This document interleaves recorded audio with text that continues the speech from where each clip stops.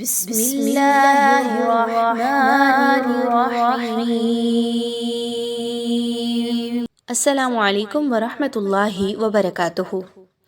آج کے سبق میں انشاءاللہ سورۃ البقرہ کی آیت نمبر 33 اس کو تجویدی اصولوں کے ساتھ کیسے پڑھا جائے ساتھ مل کر سیکھتے ہیں۔ تو آئیے آیت کو سٹارٹ کرتے ہیں۔ قال یا آدم انبئهم بأسمائهم۔ قال، قاف الف زبر قا، قاف جو ہے وہ موٹا حرف ہے، اس کو آپ نے پر پڑھنا ہے، موٹا کر کے پڑھنا ہے، باریک نہیں پڑھنا۔ الف مدہ ہے، الف مدہ کو 1 سے 2 الف کے برابر پڑھنا ہے۔ لام کی ادائیگی کو مجہول نہیں ہونے دینا، قالا نہیں پڑھنا بلکہ قالا۔ یا بڑی مد آ گئی ہے، کھینچ کے لمبا کر کے اس کو پڑھیں گے، اس کی ادائیگی کو کم نہیں کرنا۔ آدم، آپ دیکھیے تو کھڑا زبر ہے، 1 سے 2 الف کے برابر اس کی ادائیگی رکھنی ہے، کیونکہ الف مدہ کے برابر ہے کھڑا زبر، دونوں کی مقدار ایک جیسی پڑھی جائے گی۔ انبئهم، نون ساکن کے بعد با کا حرف آ گیا، اقلاب کا قاعدہ ہوگا، یعنی آپ نے نون کی آواز کو میم کی آواز میں بدل دینا ہے۔ انبئهم، ٹھیک ہے۔ حمزہ پر سکون کا نشان ہے، آپ نے حمزہ کو جھٹکا دے کے پڑھنا ہے، کیونکہ جب بھی تلاوت کرتے ہوئے حمزہ پر سکون کا نشان آپ کو مل جائے، یعنی جزم کا نشان اوپر مل جائے، تو ادھر ہم جھٹکا دے کے پڑھتے ہیں، وہاں پر اس کو نرمی کے ساتھ نہیں پڑھنا۔ ہم، میم ساکن کے بعد با کا حرف آ گیا ہے، یاد رکھیے کہ میم ساکن کے بعد جب بھی با کا حرف آ جائے گا آپ نے وہاں پر غنہ کرنا ہے۔ کیسے؟ اب یہاں پر 2 غنّے ہو گئے، ایک تو اقلاب کا، دوسرا میم ساکن کے بعد با کا غنہ۔ انبئهم بأسمائهم، ماں کھینچ کے پڑھیں گے کیونکہ اوپر مد موجود ہے۔ اہم، یہاں پر اگر وقف کرنا چاہیں تو کر لیں، ملا کے پڑھنا ہے تو اظہار شفوی ہوگا، میم ساکن کے بعد فا کا حرف آ رہا ہے، غنّے کے بغیر پڑھنا ہے۔ آئیے اگلے حصے کی جانب چلتے ہیں۔ فَلَمَّا أَنبَأَهُم بِأَسْمَائِهِمْ،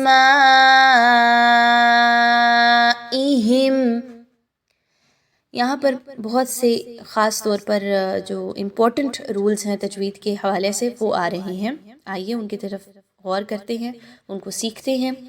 سب سے پہلے فلما، لام اور میم کو آپس میں ملائیں گے، میم مشدد ہے، میم مشدد کا غنہ کریں گے۔ اس کے بعد ماں پر آپ کو مد نظر آ رہی ہوگی، اس مد کو آپ نے کھینچ کے لمبا کر کے پڑھنا ہے، مقدار کو کم نہیں رکھنا۔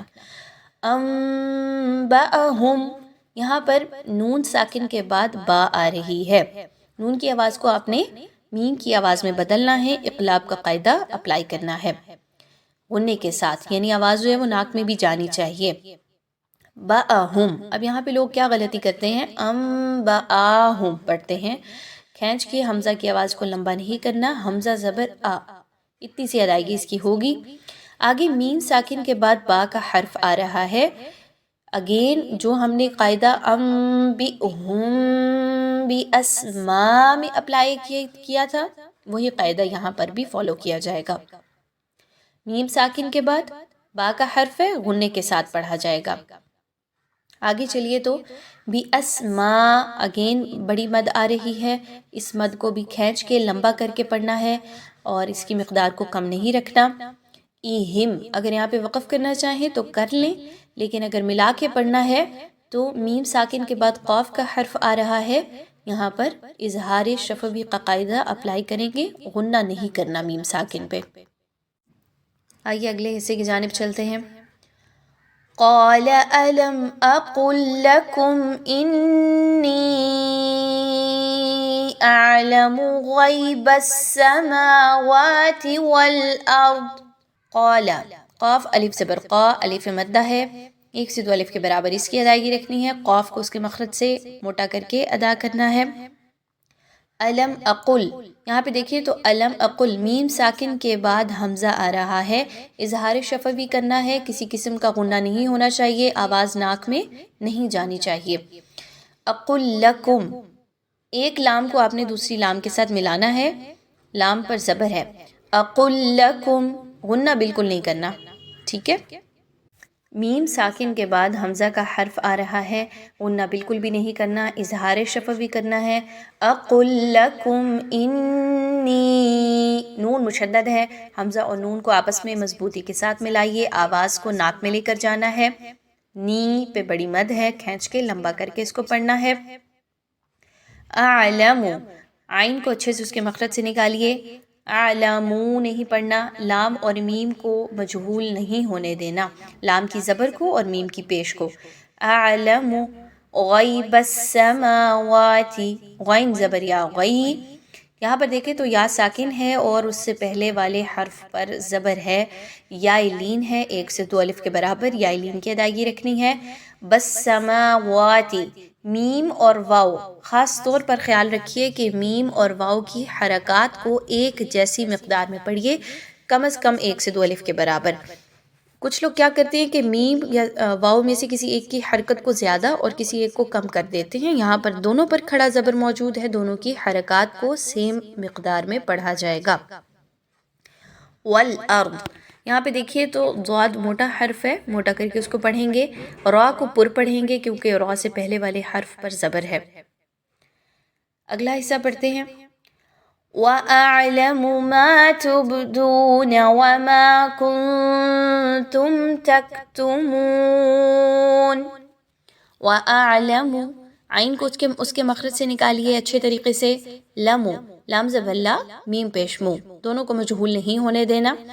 ما تبدون، میم الف زبر ما، الف مدہ ہے، 1 سے 2 الف کے برابر اس کی ادائیگی رکھنی ہے۔ ما تبدون، با پر سکون کا نشان ہے، اور با جو ہے وہ حروف قلقلہ میں سے ہے، ان کو با کو ہلا کے پڑھا جائے گا۔ تبدون، دال واو پیش دو، واو مدہ ہے، 1 سے 2 الف کے برابر واو مدہ کی ادائیگی رکھنی ہے۔ وما، الف مدہ، 1 سے 2 الف کے برابر اس کی ادائیگی۔ کنتم، نون ساکن کے بعد تا اور میم ساکن کے بعد بھی تا آ رہی ہے، نون ساکن کے بعد جو تا ہے وہاں پر آپ نے نون کی آواز کو ناک میں لے کے جانا ہے، اخفا کا قاعدہ اپلائی کرنا ہے۔ کنتم، میم ساکن کے بعد تا ہے تو یہاں پر آپ نے کسی طرح کا بھی غنہ نہیں ہونے دینا، بہت اچھے سے اظہار شفوی کرنا ہے۔ تکتمون، اب یہاں پہ تکتمون نہیں پڑھنا، کیوں نہیں پڑھنا؟ کیونکہ تا پر صرف پیش ہے، میم کے بعد واو موجود ہے، یعنی واو مدہ موجود ہے، تو تا کی ادائیگی کو کم رکھنا ہے، مو الف واو مدہ ہے، 1 سے 2 الف کے برابر اس کی ادائیگی رکھنی ہے۔ وَمَا كُنْتُمْ تَكْتُمُونَ، اس طریقے سے آیت مکمل ہوگی، امید ہے اچھے سے کلیئر ہو گیا ہوگا۔ السلام علیکم ورحمۃ اللہ وبرکاتہ۔